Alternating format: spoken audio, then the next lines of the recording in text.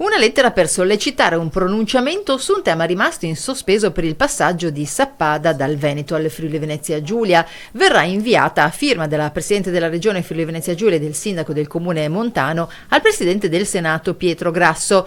Sono d'accordo sulla volontà di velocizzare l'iter Deborah Serracchiani e i rappresentanti delle amministrazioni di Sappada e di Forni a Voltri. Abbiamo, come avevo già anticipato al Sindaco, sollecitato il Presidente Grasso con una lettera formale a riavviare l'iter procedurale all'interno del Senato per calendarizzare di nuovo il disegno di legge che prevede appunto il passaggio di Sappada dal Veneto al Friuli Venezia Giulia.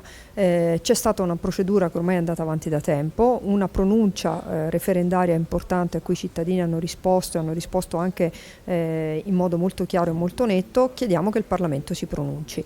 Detto questo, noi vogliamo anche fare gli interessi dei nostri cittadini e siamo consapevoli che già da tempo, storicamente, culturalmente, quotidianamente, i rapporti tra i nostri comuni vicini, penso ad esempio a Forni a Voltri e Sappada, sono dei rapporti già importanti di collaborazione. Vogliamo quindi ampliarli e consolidarli.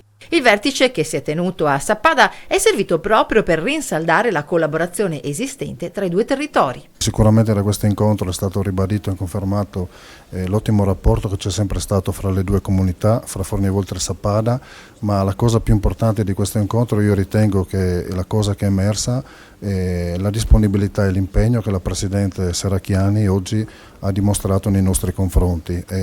Sono convinto, come diceva il Sindaco di Sappada, che se riusciremo a proporre un progetto insieme fra Forni a Voltri e Sappada potremo sicuramente fare un passo avanti verso quello che è stato sempre uno dei nostri grossi obiettivi. Sicuramente la popolazione dopo 9 anni si aspetta una risposta e, come abbiamo sempre detto come amministrazione, è fondamentale che ci sia una risposta definitiva, o favorevole o meno, ma quanto di più diciamo così, negativo lasciare la questione nel dimenticatoio. Non vogliamo che questo succeda, per questo anche questa occasione ci ha dato la possibilità di ribadire il nostro punto di vista.